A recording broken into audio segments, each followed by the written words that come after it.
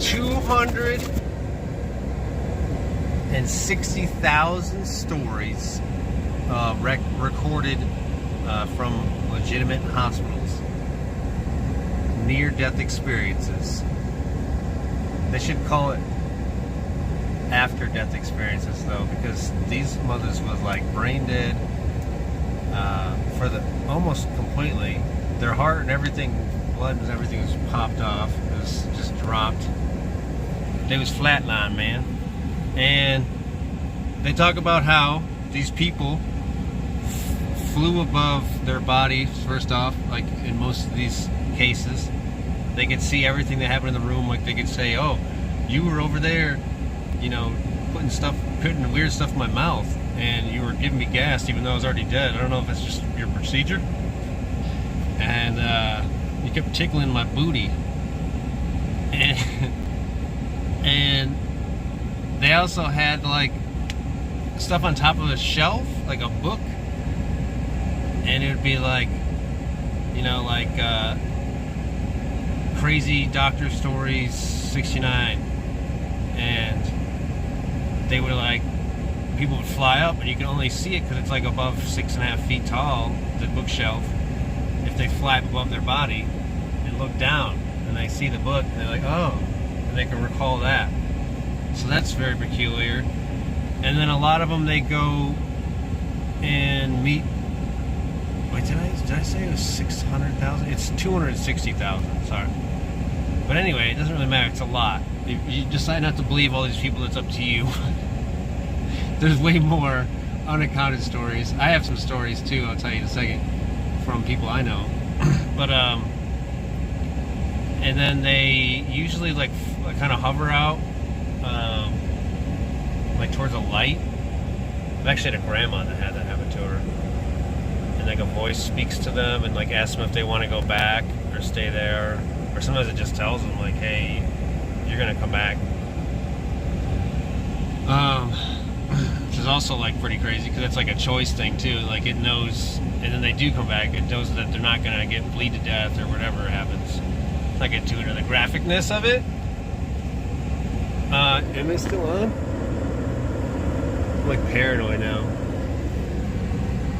So, yeah, they have these on record, and then people like fly up, and a lot of them will meet ancestors that they had no previous meetings of. Like they just never met them. They're like, yeah, it was you know, Giorgio Mamami. And they'll be like, how'd you know that name? And they'll be like, I don't know. We never told you about them. Like, it's not even in any of our photo albums. And you go to Ancestry.com or some crap, and like they have it on there.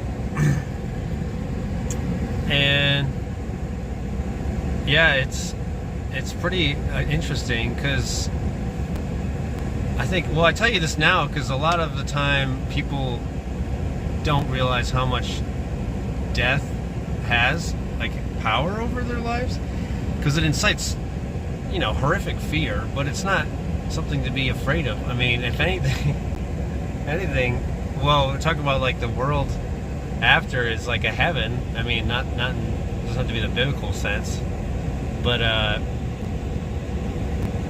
you know, life can be harder than death ever could be, but maybe that's a little morbid. But, oh wait, the opposite, right? Because you're talking about, it's humorbid. No, but, and then they talk about how, like, everything is like either like some version of their mind, afterlife, like, of a heavenly one, like where you're in like a grassy knoll, or it's like the most beautiful scenery, or they see like some favorite insects like butterflies. I don't know if people's favorite insects, or something amazing like that. And then they'll usually report like feeling like a love or connectedness to everything, and being like omniscient, more understanding of all, maybe even like seeing or talking to what they think is like a god, is God. And yeah, just like it telling them, you know, that they did good and things like that along that line. And then if people come back and they give these full details of like stuff that couldn't be reported otherwise, unless you really were dead. I've actually had a bunch of different people tell me stories. I had one where the guy told me that he just like walked out of his body and went to the fridge to go get something to eat and drink, and then he just saw his other friends like zonked out. But and I've had friends tell me about people like coming from the afterlife kind of like as ghosts. Like my grandma said that our grandfather came back and he was telling her like, hey, yeah, it's like really hot out here. It's like 97. Hey, everything's okay. It's gonna be okay. You know, I'm fine. I'm doing like I feel really great, and you don't have to worry about me. And then he just kind of just told her to go on with her life, and he just disappeared. And that like woke her up, scared the shit out of her in the middle of the night. But she said she couldn't go back to sleep after, so that's how she knows she wasn't sleeping. And then I've had people tell me stories of like people, like one girl said her mom came back and told her like she has to stop making these stupid life decisions, and that she was like a dumb bee. And I'm like, damn, your mom came back to like diss you. And she said she saw her like pretty clear, like almost. I imagine it like those like ghost outlines like in Star Wars. But yeah, and then I had one friend. He said like this bright streak of light, like slowly went across the living room, like where his mom had died and like where she used to sleep.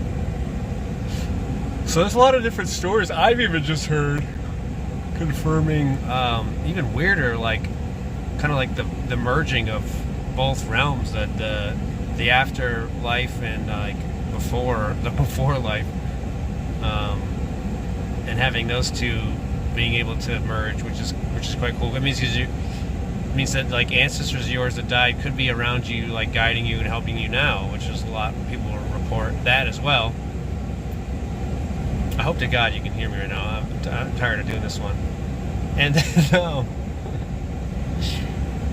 then, there's also different ways of like experiencing this afterlife, so quote unquote.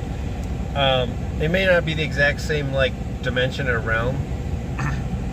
Like people that take DMT have a very similar experience, but theirs is a little bit more speedy, if you want to call it that. I think they did it on a movie in DMT Spirit Molecule, where they would like get legit sucked up out of their body like really fast, or shot out, I guess would be a better term, accelerated into space through like a tunnel. And they said they could feel like their layers of like their ego and like their identity like peeling away. That all those constructs they're holding on to, like this is me, my identity, like blah blah blah bullshit, and like rejoining like the one consciousness and like God. After they shot out and they went to like this place, so it was like these complex, like sacred geometry, kind of like these very complex, technologically advanced shapes and pure light and energy, and they said they could like feel a lot of love and a ton of intelligence around, which is a good sign. That means that our God is that, and we're not just like Rick and Morty, where it's some fucking thing, it doesn't give a shit about anything, it just wants to kill everyone for entertainment, except for it gives a shit about that or whatever. Whatever BS even fed. So that's one way of doing it, other than like I was saying that movie Flatliners, where they like shock your chesticles and you just freaking die. That wasn't right. I mean, I guess you could do it that way to get like the same exact real experience, but that sounds really risky. You'd like really damage some turtle stuff with that much electricity, or it just heart doesn't reboot. But anyway, and they were like, they would like experience some good stuff. Like they were connected to like some intelligence, and in the movie, and they could like figure out things, and like they had a more intuitive sense, like psychic, like ability, like you can kind of gain from being more spiritual. So there was some factoid, but then it was just like, oh, like it was all bad ghosts, and like the ghosts were like had like final destination powers, and they just fucking kill you, and you're like, okay, like maybe there's bad ghosts people have been reporting, and like, but it's not really. It's just more of like you just kind of feel weird or like scared or dumb, and then you come out of it. But like it's not. They don't kill you. I don't think they have that power to like move shit around. I mean, I guess people have bad poltergeists and stuff, but I don't think they've been killed by them. I don't know if that's that accurate. And then I'm trying to get off of a dark note. Yeah, oh yeah, if you do astral projection, that's kind of similar. You can float out of your body and experience like a world like this one. Like pretty much ours, but like in a dream sense. So it'd look a lot like this. Like you can go to like the same points, like over, you know, your friend's house if they're astral projecting, and see their astral body, like a spirit body kind of thing floating around. I don't know which dimension that absolutely belongs to. I don't know if it's the fourth or in the third, but it's. I was thinking maybe it's an intermediate, but it could be. I think it might be the fourth dimension. I should just go with my gut instinct and say it's the next one up. But yeah, like it's like almost like above the dream world, you know. And that's lucid dreaming, where you control your dream world. So you got DMT. That's made in like all of our brains. You get that produced. It's basically not even a drug at that point. It's just in your head, and it comes out when you dream. It's in all plants, every single plant you see. So these should all be illegal then. Let's just make everything that gives you a mind-opening experience and connection to the higher being illegal.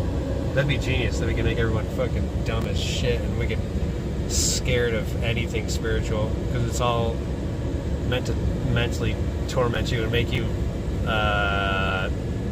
insane, right? Anyway, and then I think they smoked it in the documentary, and it's only like 15 minutes you're in there. It might feel like longer while you're in it, because there's no sense of time, and your sense of yourself is gone, so that might feel like you're dying or dead, but it's just your ego panicking. You're not actually losing anything. You're gaining everything, literally. You're becoming everything. The whole universe, the whole spiritual sense, like you're becoming more connected to that. And then you're learning your own eternity, so then you don't have to worry about like things like little petty shit, like, oh no, I was 5 minutes late to something, and like people like were for some reason pissed off about that, even though like in the blink of an eye, like 1/100th nanosecond of a bajillionth, it doesn't really matter compared to eternity that you're going to be around for. So you don't have to worry about stuff that's like petty, like maybe even like some dumbass doesn't show up to a date and like wastes like 3 hours of your time, or however long you're sitting there. That's fine. Like you just got to get out, force yourself to like kind of try and be with yourself, and like be, I don't know, some type of meditational state. Because you didn't know you were there for 3 hours. You were in the moment for so long. Yeah, and then so the astral projection, and I think, and that's DMT, so that's like in ayahuasca, but that's like a lot longer process. I think it's usually like a couple hours to maybe even like 9. if you consider the whole thing a process. I don't know if you can take it otherwise, but yeah, those are like the two main ways I know of having some type of outer body experience. It seems like that would kind of cure you of this fear of like, oh, like I have to do all this shit within my lifetime, and like it's all on me. And like I think with these other experiences, you kind of understand there's a greater mind working it and helping you, and there's these ancestors, these dead beings that are either evolved or they've died and they're coming back to help us. And, so that's a huge load off, because then you sort of see like synchronic events happening and like numbers matching up, or you look at something and it's like, I just looked at my clock, it's almost 3 numbers, 909 in a row. So yeah, it's a huge ordeal. I don't think we realize how much, obviously with COVID and stuff, people were even like 99 point, almost 100% people survive it. Everyone was scared to shit to even just go outside, and like they basically lost, you know, like a year, maybe even more of their life because of that. So there is a lot of effects of fear. I guess it's one of the benefits of what happened is we see how much fear can control us, like and like we just let all these small businesses just fucking die and stuff like that, and that didn't seem to matter as much. Obviously, like old people and the people at risk, that still sucks. But it's just if we have this rising above fear of death, then you can do anything. I mean, people could threaten your life to not do something and you can still do it because you're not afraid to die. You could do it. You could jump out of a plane. You could like skydive. I mean, hopefully you have a parachute on. You don't want to just kill yourself. I'm saying you could do anything. You can do all the funnest things in the world. That's like what most celebrities too, like tell everyone. Like that Will Smith just said that. He's like, I did all this crazy stuff in my life. This huge megastar, and he's like, the most fun I ever had was like stepping above fear and jumping out of a plane. That was the most thrilling experience he ever had. And he was like probably getting BJs from like 12 people, you know, in a Congo line in Miami. And yeah, so yeah, you can go off-roading, man, with us and all these trails. But alright, I gotta cut it off. It's 18 minutes in, man.